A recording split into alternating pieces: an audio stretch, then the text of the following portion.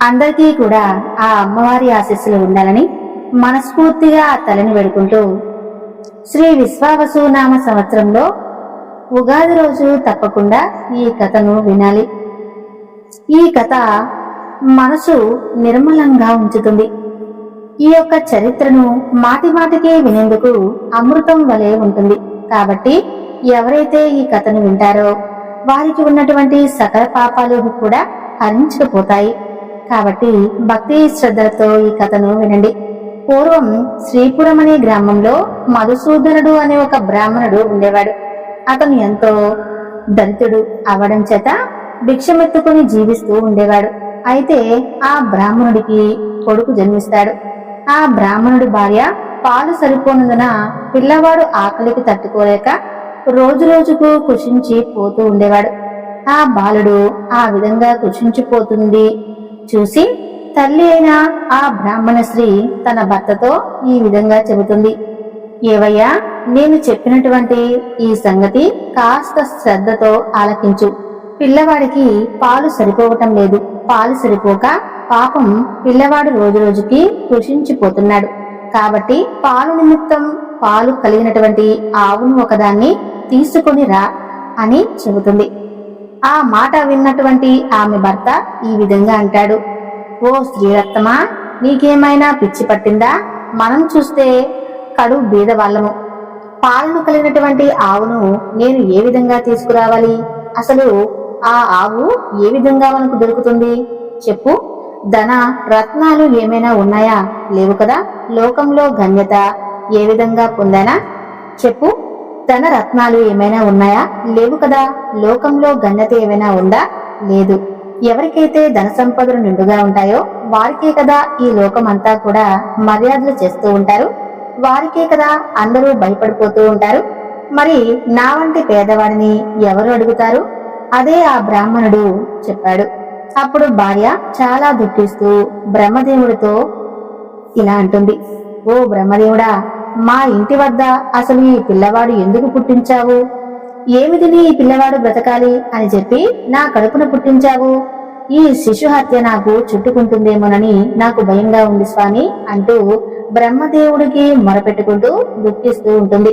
ఆ పిల్లవాని దోష చూసి ఏం చేయాలో తోచక ఆ బ్రాహ్మణుడు చింతాక్రాంతుడై విచారించి తన ఇంట్లో ఉన్నటువంటి కమండలం అలాగే వగైరా చిల్లర సామాన్లు సంతలో అమ్మివేసి అమ్మినటువంటి సొమ్ముతో 50 రూపాయలు జాగ్రత్తగా పట్టుకొచ్చి భార్య చేతికి ఇస్తాడు. అప్పుడు ఆమె ఆ సొమ్ముని తీసుకుని సంతోషించి భార్యతో ఇలా అంటుంది. అయ్యా, ఈ సొమ్మునైనా తీసుకువెళ్లి పాలు కలిగినటువంటి ఆవునైనా దొరుకుతుందేమో తీసుకుని కొనుక్కురా అయ్యా అని చెబుతుంది. తన భార్య చెప్పిన ప్రకారంగా బ్రాహ్మణుడు ఆ 50 రూపాయలు పట్టుకుని గ్రామానికి తిరుగుతూ ఉంటాడు. ఆ విధంగా తిరుగుతూ ఉండగా పెద్ద భాగ్యవంతుడైన ఒక షావుకారు ఉండేటటువంటి ఒక గ్రామానికి వెళ్తాడు. ధన ధాన్యాలు కలిగి కుబేరుడితో సరి సమానంగా ఆవులు కలిగి ఉంటాడు. చక్కగా ఆవులన్నీ కూడా నిండుగా ఉంటాయి. అయితే దైవగణన మాత్రం వేరేలా ఉంటుంది. ఏం జరుగుతుందంటే తన ఆవులో హోదా కలిగిన ఒక ఆవు ఉంది. అది దుష్టబుద్ధి కలిగింది. ఎందుకంటే మేతకు వెళ్తే పరుల వ్యవసాయంలో చొరబడి వారి యొక్క వ్యవసాయం అంతా కూడా తినేస్తూ ఉంటుంది. అలా ఒక రోజున షావుకారు చూస్తుండగానే ఒక పేదవాడి పొలంలో పడి అక్కడ ఉన్నటువంటి పంటంతా కూడా తినేస్తూ ఉంటుంది. అది చూసినటువంటి ఆ షావుకారు అతి కోపంతో ఈ విధంగా అంటాడు. పాపిష్టిదానా, నీ ముఖం కూడా చూసేందుకు నాకు ఇష్టం లేదు. నీ ముఖం చూడకుండా ఇప్పుడే ఈ క్షణమే దీన్ని అమ్మేస్తానని చెప్పి ఏదైనా కానీ విలువ కలిగినటువంటి ఆవైతే కాని ఈ దుష్టబుద్ధి కలిగినటువంటి ఆవు మాత్రం నాకొద్దు. ఇప్పటికిప్పుడే గిరాకీ దొరికితే 50 రూపాయలకైనా సరే దీన్ని అమ్మేస్తాను అనేసరికి మధుసూదనుడు అనేటువంటి ఆ బ్రాహ్మణుడు అటు పోతూ ఆ మాటలు వింటాడు. ఆ మాటలు విని ఆ షావుకారు దగ్గరకు వెళ్లి ఈ విధంగా అంటాడు. షావుకారు గారు, వినండి. ఆ విలువ కలిగినటువంటి ఆవు నిజంగా మీరన్నట్లుగా విలువ కలదే. అయినప్పటికీ మీకు మాత్రం ఇప్పుడు మంజూరు లేదు. ఆ రూపాయి ఏదో నేను ఇచ్చేస్తాను. ఆవును దూడను రెండింటినీ ఇప్పించండి అని అడుగుతాడు. అప్పుడు షావుకారు ఆ బ్రాహ్మణ్ణి చూసి, నీకేమైనా వెర్రి పట్టిందా? విలువ కలిగినటువంటి ఆవును 50 రూపాయలకే పట్టుకుపోతావా అంటాడు. మరలా మదిలో విచారించి తెలియకనేశాను. ఆ బ్రాహ్మణుడు ఎక్కడి నుండి ఎప్పుడు విన్నాడో ఏమో. ఇప్పుడు నేను ఈ ఆవును ఇవ్వకపోతే నాకు అసత్య దోషం ప్రాప్తిస్తుందేమో అని ఆ బ్రాహ్మణుడికి ఆవును దూడను ఇచ్చేస్తాడు. ఆ బ్రాహ్మణుడు ఇక వాటిని తీసుకుని అక్కడి నుండి బయలుదేరి తన ఇంటికి చేరుకుంటాడు. ఆ ఆవును చూడగానే బ్రాహ్మణ స్త్రీకి చంద్రుణ్ణి చూసినటువంటి కలువవలే సంతోషంగా ఉంటుంది. వెంటనే ఆవు పాలు పిండి కుమారుడికి పోసి ఎంతో సంతోషిస్తుంది. ఆ విధంగా కొన్నేళ్లు జరిగిపోయిన తర్వాత ఆ ఆవు ఎటుపోయిందో కాని కనిపించదు. పొద్దుపోయినా కూడా ఇంటికి రాదు. ఆవు రాకపోవటం చూసి ఆ బ్రాహ్మణుడు ఆవు కోసం వెతుకుతాడు. వీధి సమీపంలో ఉన్నటువంటి వ్యవసాయ పొలాల్లో అంతా కూడా చూస్తాడు. అయినప్పటికీ ఆవు మాత్రం కనిపించదు. ఇక తెల్లవారగానే నిద్ర మేలుకొని ఆవును వెతకాలని చెప్పి బయలుదేరి కొంత దూరం నడిచి వెళ్ళాక ఒక చెట్టు కింద కూర్చుంటాడు. ఇక అది ఒక పెద్ద గొప్ప మర్రి చెట్టు. ఆ చెట్టు దగ్గరకు వెళ్తాడు. ఆ చెట్టు సంగతి వినండి. ఆ చెట్టుపై 3 మనుషులు కూర్చుంటారు. వారు ఎవరు అంటే బ్రహ్మదేవుడు, విష్ణువు, మహేశ్వరుడు. వారే త్రిమూర్తులు అనేటువంటి చెట్టు కింద ఈ బ్రాహ్మణుడు కూర్చుని ఆయాసం తీర్చుకొని పోతుండగా అప్పుడు ఆ చెట్టు పైన ఉన్నటువంటి త్రిమూర్తులు బ్రాహ్మణుణ్ణి పిలిచి, ఓ బ్రాహ్మణుడా విను, నీ మనసులో ఎందుచేత ఆ విధంగా దుఃఖం కలిగి ఉన్నావు? నీవసలు ఎక్కడికి వెళ్తున్నావు? ఆ సంగతేమిటో మాతో చెప్పమని అడుగుతారు.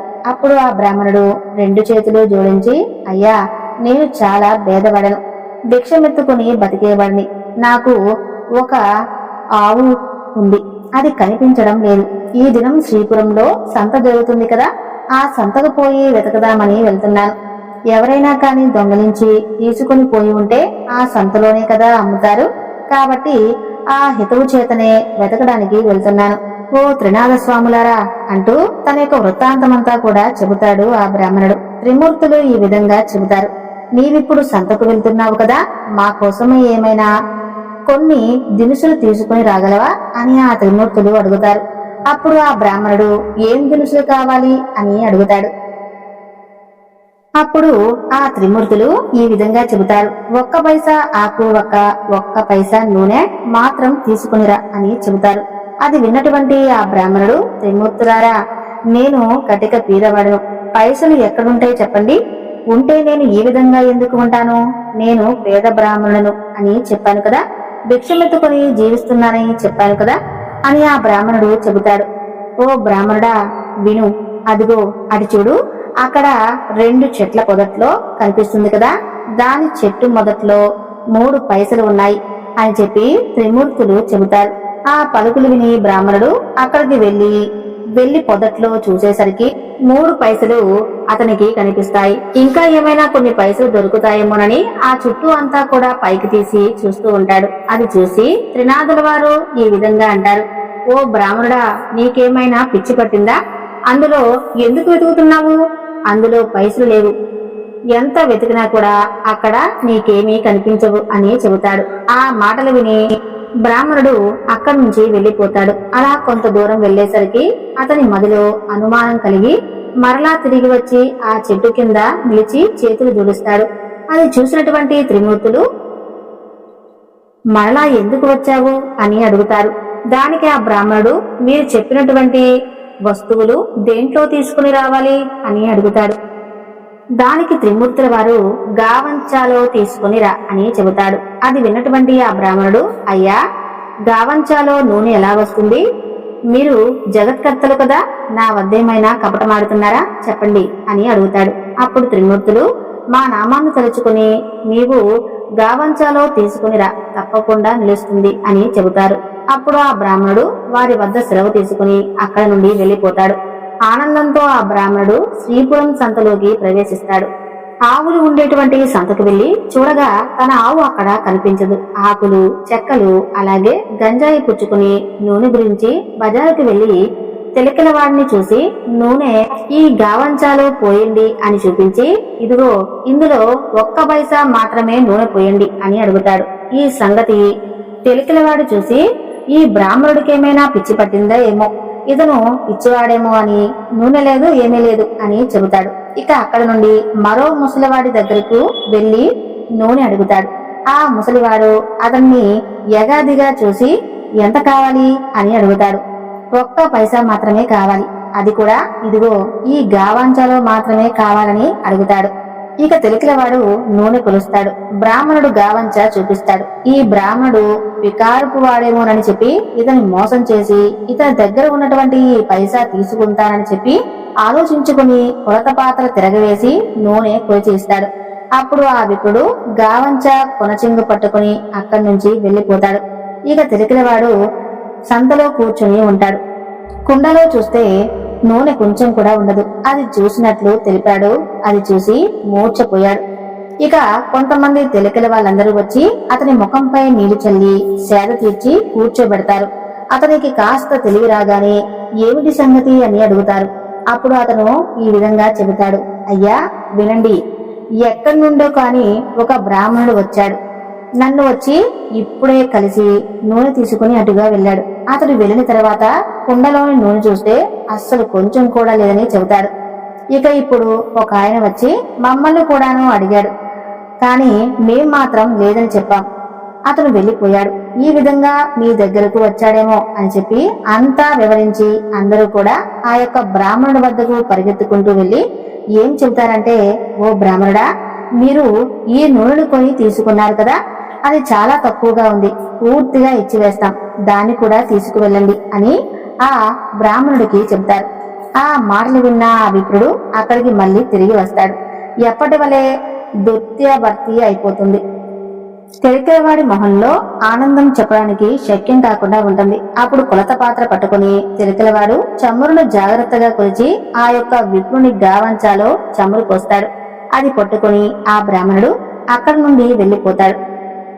ఇక ఆ బ్రాహ్మణుడు త్రినాథుల వారి వద్దకు వెళ్లి వారి దినుసులు ఇచ్చివేసి అతనికి సెలవిమ్మని కోరుకుంటారు. త్రిమూర్తులు విప్రునితో ఈ విధంగా చెబుతారు. విప్రుడా, నీ కష్టం చూసి మా మదిలో దయ కలిగినది. ఒక మాట చెబుతాను వినండి. నీవు త్రినాథులకు సేవ చేస్తావా? ఆ విధంగా సేవ చేస్తే నీకు ఉన్న దరిద్రమంతా కూడా పటాపంచలై అధిక సంపదలు కలుగుతాయని చెప్పి త్రినాథుల వారు చెబుతారు. అది విన్నటువంటి ఆ బ్రాహ్మణుడు, స్వామి, ఏ ద్రవ్యాలతో మిమ్మల్ని పూజించాలి అని అడుగుతాడు. అప్పుడు త్రినాథుల వారు ఈ విధంగా చెప్పుతారు. ఓ విప్రుడా, పూజ కోసం అధికమైనటువంటి వ్యయం అక్కర్లేదు. కొంచెంలో అయినా సరే మేము తృప్తి పొందుతాము. ఇప్పుడు నీవు తెచ్చిన 3 పైసల ఖర్చు చాలు. మా కోసం త్రిమూర్తుల యొక్క ద్రవ్యం ఇంతే. మాకు చేయాల్సింది కూడా అంతే. 3 మట్టి పాత్రలు చేసి రాత్రి తొలిజాములో మీ ఇంటి లోపల స్నేహితులు కొంతమందిని ఆహ్వానించి ఈ యొక్క పూజా ద్రవ్యాలను తీసుకుని వచ్చి అక్కడి నుంచి వ్రతాన్ని ప్రారంభించాలి. అప్పుడు నేను ఉన్నటువంటి సకల పాపాలన్నీ కూడా హరించుకుపోతాయని చెబుతాడు. అది విన్నటువంటి ఆ బ్రాహ్మణుడు పూజ చేసుకునేందుకు ఉపక్రమిస్తాడు. చెట్టు మొదట్లోనే పూజ గురించి అలాగే తన మనసులో ఉన్న కోరిక గురించి చెప్పుకొని పూజను ప్రారంభించాడు. ఇక ముందుగా అతను తీసుకొచ్చినటువంటి ఆయా దినుసులను కూడా బయటకు తీస్తాడు. అప్పుడు త్రిమూర్తులు, నీవు ఆ యొక్క గావంచ చెంగు చీరి ఒత్తు చేయి అని చెబుతాడు. అప్పుడు పేదవాడు అయిన బ్రాహ్మణుడు భిక్షమెత్తుకుని దాన్ని కడుపుకునేటువంటి కుటుంబం మాది. వస్త్రాలకు నేను ఎంతగానో కష్టపడుతున్నాను. దీపం ముట్టించేందుకు నా దగ్గర అగ్ని లేదు. పైగా గావంచా వద్ద పాలైపోయింది. కుటుంబం ఉపవాసంతో ఎదురు చూస్తుంది. నేనసలు ఏ బుద్ధితో యొక్క పూజ చేయాలి చెప్పండి అని చెప్పుకొని ఏ గావంచా తీసుకుని ఆ ద్విజుడు దీనంగా కూర్చుంటాడు. అది చూసినటువంటి త్రిమూర్తులు, ఓ విప్రుడా, మదిలో కొంచెం కూడా కించపడవద్దు. నీ ఆవు దూడ తప్పకుండా దొరుకుతాయి. నీ కుటుంబం సౌఖ్యంగా ఉంటుంది. మమ్మల్ని నమ్ము, వస్త్రాలు కూడా దొరుకుతాయి అని చెప్పి త్రిమూర్తులు చెబుతారు. అప్పుడు ఆ బ్రాహ్మణుడు చేతులు జోడించి, స్వాములారా, ఇటువంటి భాగ్యం నాకెప్పుడు కలుగుతుందో అప్పుడు ఆ స్వాముల వారికి 5 మేళాలు అంటే 5 వారాల పాటు పూజ చేస్తానని చెప్పి మనసులో అనుకుని ఈ మాట సత్యమని చెప్పి గావంచా చింపి పొత్తులు వేసి తిరిగి ఆ బ్రాహ్మణుడు ఈ విధంగా చెబుతున్నాడు. దీపం వెలిగించేందుకు అగ్ని లేదు. నేనేం చేయాలి స్వామి అనగానే త్రిమూర్తులు, ఓ బ్రాహ్మణుడా, నీ కళ్ళు మూసుకో అని చెబుతారు. అప్పుడు ఆ బ్రాహ్మణుడు కళ్ళు మూసుకోగానే అకస్మాత్తుగా దీపం వెలుగుతుంది. అది చూసినటువంటి బ్రాహ్మణుడు ఎంతో ఆనందించి స్వామివారికి పూజ చేస్తాడు.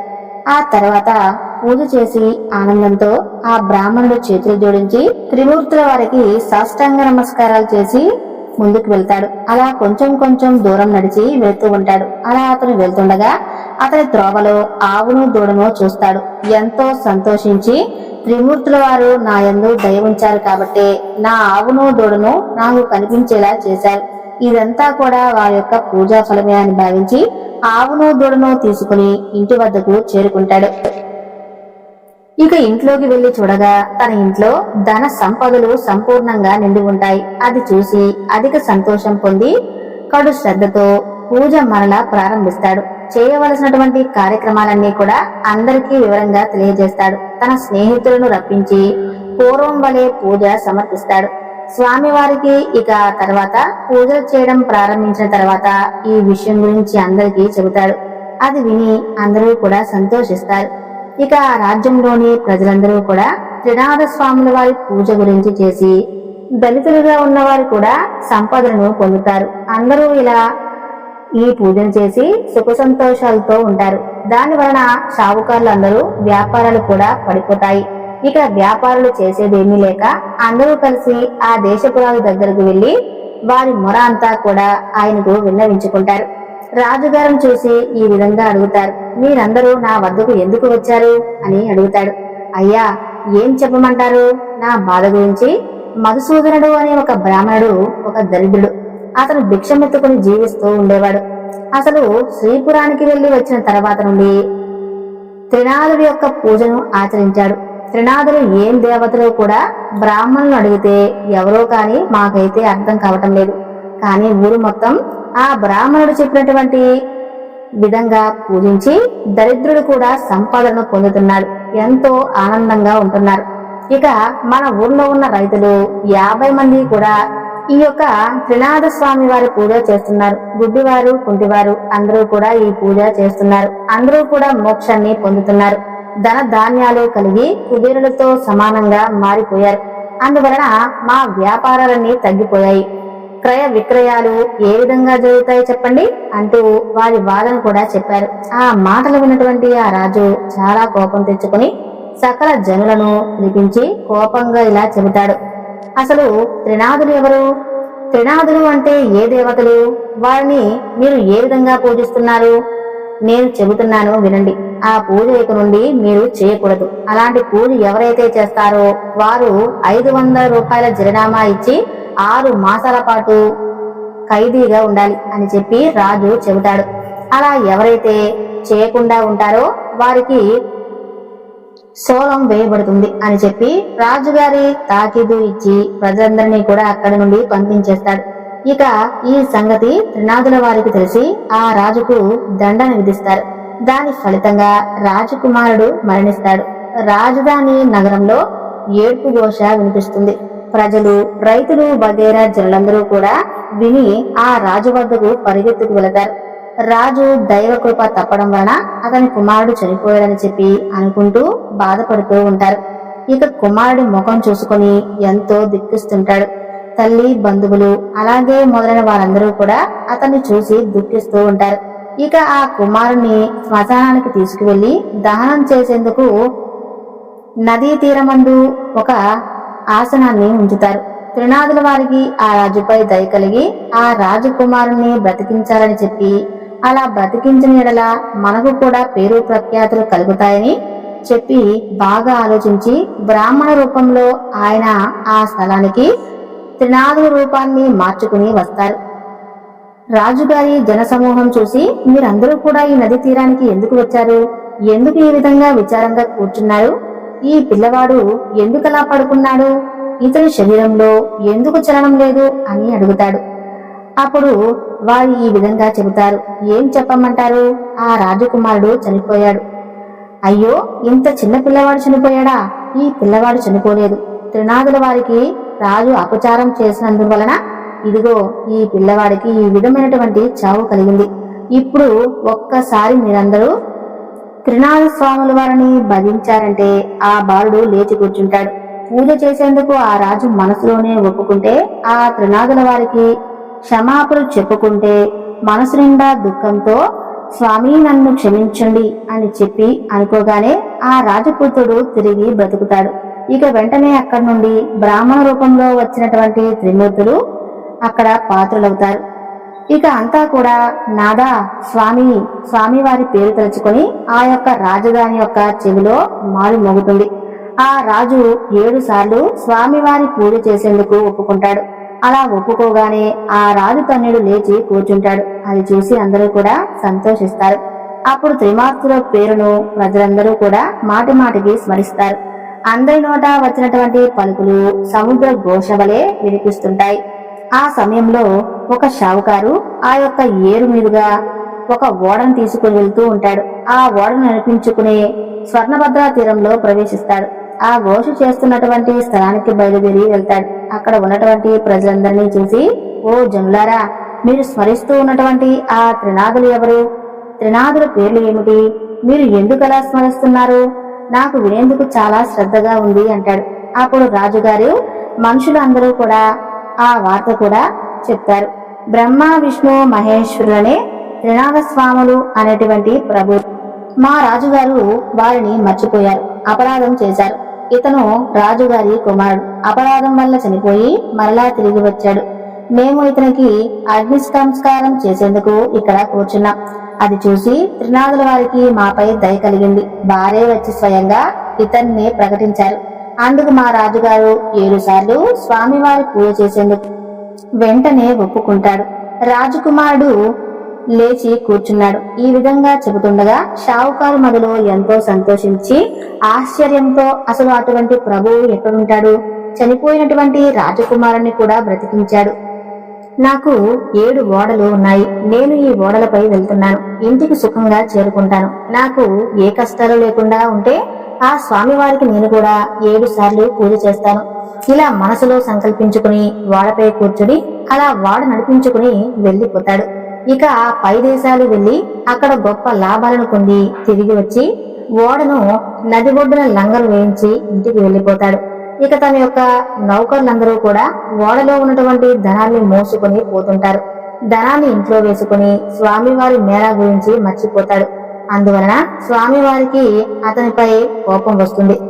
ఓడ నీటిలో మునిగిపోతుంది. నౌకర్లు ఓడలో ఉన్నటువంటి వారందరూ కూడా మునిగిపోతారు. అది చూసి అతడు కూలిపోయి భూమిపై పడి ఎంతో ఘోషిస్తాడు. స్వామి, నేను తప్పు చేశాను, నన్ను క్షమించండి అంటూ వేడుకుంటాడు. కొంతసేపటికి తెలివి తెచ్చుకుని ఏడుస్తూ ఆకాశం నుండి త్రినాదులు ఈ విధంగా చెబుతారు. నీవు పూజ చేయాలి అనుకున్నావు, కానీ పూజ గురించి పూర్తిగా మర్చిపోయావు కాబట్టే నీ ఓడ మునిగిపోయింది. నీవు ఎప్పుడైతే పూజ చేస్తావో తిరిగి నీ ఓడ నీకు దక్కుతుంది అని చెప్పి అక్కడి నుండి ఆకాశం నుండి త్రినాదుల వారు సెలవిస్తారు. అది విన్నటువంటి ఆ షావుకారు మొదలు దుఃఖించి, ముందు నేను సంకల్పం చేసుకున్నాను స్వామి, కానీ మీ గురించి మర్చిపోయాను. అసలు ఇప్పుడు త్రినాద స్వామి వారి పూజను ఇప్పటికిప్పుడే చేయాలి అని నిర్ణయించుకున్నాడు. కాబట్టే ఇప్పుడే చేస్తానని చెప్పి మధ్యలో నిశ్చయించుకుని సాయంత్రం వరకు పూజకు కావలసిన సామాగ్రిని అన్ని కూడా తెప్పించి కొంతమంది స్నేహితులను పిలిపించి స్వామివారికి పూజను సమర్పించి స్వామిని దయతో ప్రార్థిస్తాడు. ఇక నీటిలో మునిగిపోయినటువంటి ఓడలు వెంటనే తేలతాయి. అది చూసి ఎంతో సంతోషాన్ని పొందుతాడు ఆ వర్తకుడు. పరిచారకులు, నౌకర్లు, ఓడలో ఉన్నటువంటి అందరూ కూడా ధనాన్ని తీసుకుని వస్తారు. షావుకారు ఇంట్లోకి ప్రవేశిస్తాడు. ఆకులు, చెక్కలు స్వామివారి పూజకు కావలసినవన్నీ కూడా సమర్పించి సాష్టాంగ దండ ప్రణామాలు ఆచరిస్తాడు. రాజ్యం అంతా కూడా ప్రకటన పంపిస్తాడు. కాబట్టి ఆయన స్వామివారి పూజను చూసేందుకు రాజ్యంలో ఉన్నటువంటి ప్రజలందరూ కూడా అక్కడికి చేరుకుంటారు. అలాంటి పరిస్థితిలో ఒక గుడ్డివాడితో పొత్తు ఉన్నటువంటి ఒక వ్యక్తితో, మీరెవరు? మీ పేరేమిటి? మీరందరూ కూడా ఎక్కడికి వెళ్తున్నారు అని అడుగుతాడు. దానికి వారు, మేము త్రినాద స్వామి వారి పూజ చేసేందుకు వెళ్తున్నామని చెబుతాడు. అది విన్నటువంటి ఆ గుడ్డివాడు, నాకు కళ్ళు కనిపించవు, మీరందరూ కూడా చక్కగా మీ కళ్ళతో చూస్తారు, నేనెలా చూడాలి?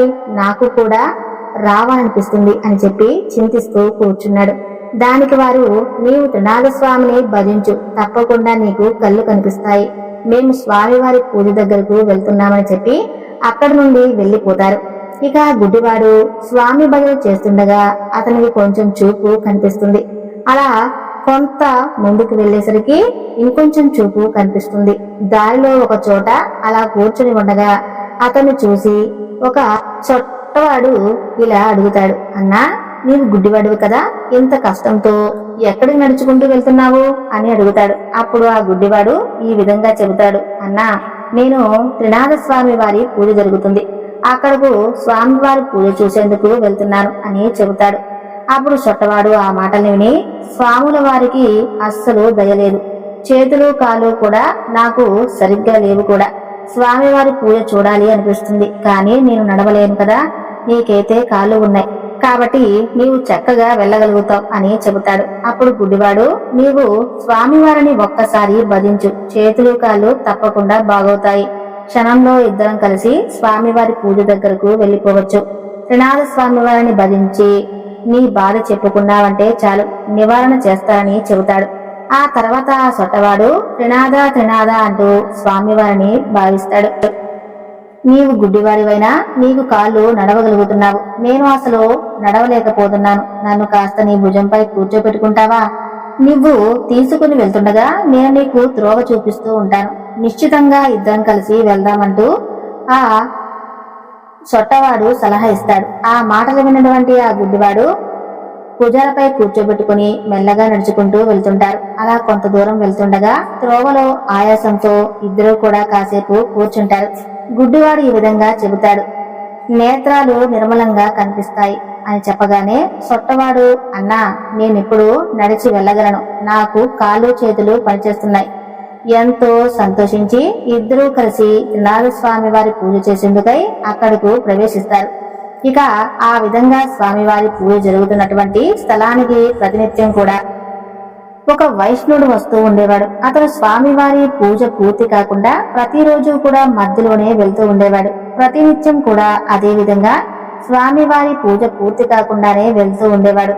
స్వామివారి పూజ దగ్గర ఉన్న వారందరూ కలిసి ఇలా అనుకుంటారు, ఈ రోజు అతన్ని మనం మన స్థానమందు తప్పకుండా కూర్చోబెట్టాలి, పూజ పూర్తి కాకుండా అతనికి ఇక్కడి నుంచి పంపివేయకూడదు అని చెప్పి అందరూ కూడా ఆ విష్ణువుని చూసి, నీవు స్వామివారి పూజ గురించి ఏమనుకుంటున్నావు, నీవి అపరాధివి, స్వామివారికి కూడా క్షమించకుండా ఉంటారు, చూస్తూ ఉండు, పూజ పూర్తి కాకుండా అసలు ఎలా వెళ్ళిపోతావు అని అడుగుతారు. అప్పుడు వైష్ణవుడు, అయ్యా మన్నించండి, ఈ రోజు తప్పకుండా నేను స్వామివారి పూజ పూర్తయ్యాకే వెళ్తాను, నా గురువు వచ్చినా సరే నేను మాత్రం ఇక్కడి నుండి కదిలి వెళ్ళిపోను అని చెబుతాడు.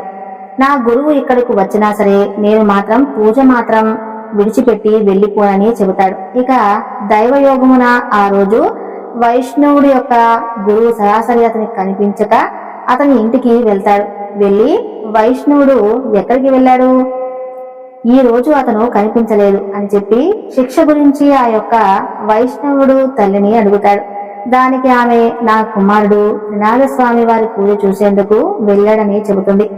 గురువు అసలే పూజ ఎవరిది అని అడుగుతాడు. ఆమె, అది త్రినాథస్వామి వారి పూజ అని చెబుతుంది. ఆ మాట విని గురువు అక్కడికి వెళ్లి చూడగా అందరూ కూడా త్రినాథస్వామి వారికి భక్తి శ్రద్ధతో పూజ చేస్తూ ఉంటారు. అవి చూసినటువంటి ఆ గురువు విపరీతమైనటువంటి కోపం వచ్చి బాగా తిట్టి పూజ జరుగుతున్నటువంటి ఆ స్థలంలో ఉన్నటువంటి సామాగ్రిని అంతా కూడా తన్ని వేస్తాడు. ఆ తర్వాత తన శిష్యుడైనటువంటి ఆ వైష్ణవుడితో ఎంతో కోప్పడి బరాబరా లాక్కుని తీసుకువెళ్తాడు. అలా కొంత దూరం వెళ్లేసరికి బోరున వర్షం కురుస్తుంది. కటిక చీకటి కావటం వలన నడిచేరువుతో కూడా ఇరువురికి కనిపించదు. ఇక గురు శిష్యులు ఇద్దరు కూడా చల్లా చెదురై ఎలాగైతేనే గురువు గారి ఇంటికి చేరుకుంటాడు. ఇక గురువు ఇంట్లో చూడగానే అతని తల్లి ద్వారం వద్ద కూర్చుని ఏడుస్తూ ఉంటుంది. గురువు ఆశ్చర్యపడి చూడగా భార్య కుమారుడు ఇద్దరూ కూడా చనిపోయి ఉంటారు. అది చూసిన గురుమూర్తి మూర్ఛపోతాడు. అది చూసినటువంటి తన శిష్యుడు అతన్ని పట్టుకుని కూర్చోపెట్టి ముఖంపై నీళ్లు చల్లి, అయ్యా తమరు త్రినాథస్వామి వారి పూజ గురించి చాలా అపరాధం చేశారు, ఇక త్రినాథస్వామి వారి పూజను పూర్తిగా పాడు చేశారు, అందుకు ఈ విధంగా జరిగింది, మీరు ఇప్పటికిప్పుడే నిష్ఠతో స్వామివారి పూజ చేస్తారని చెప్పి అనుకోండి, తప్పకుండా మీ భార్య కుమారుడు బ్రతుకుతారు అని చెప్పి శిష్యుడు చెప్పగానే గురుమాటలు విని స్వామివారికి 5 వారాల పాటు పూజ చేస్తానని చెప్పి మనసులో ఒప్పుకుంటాడు. అంతలో భార్య కుమారుడు లేచి కూర్చుంటారు. నాదా, స్వామి వారి యొక్క పూజను భగ్నం చేసినందువలన తగినటువంటి శిక్ష జరిగింది. నేను మూర్ఖుడను, స్వామివారి మహిమ తెలుసుకోలేకపోయాను అని చెప్పి స్వామివారికి క్షమాపణ చెప్పి పూజకు కావలసిన ముడి పదార్థాలన్నీ కూడా తెప్పించి అందరితో కలిసి పూజ సమర్పిస్తారు. ఇక కాలం చెల్లింది. స్వామివారి పూజ కావలసినటువంటి ఆకులు వక్కలు అందరూ కూడా పంచుకొని సేవించి సుఖాన్ని అనుభవించారు.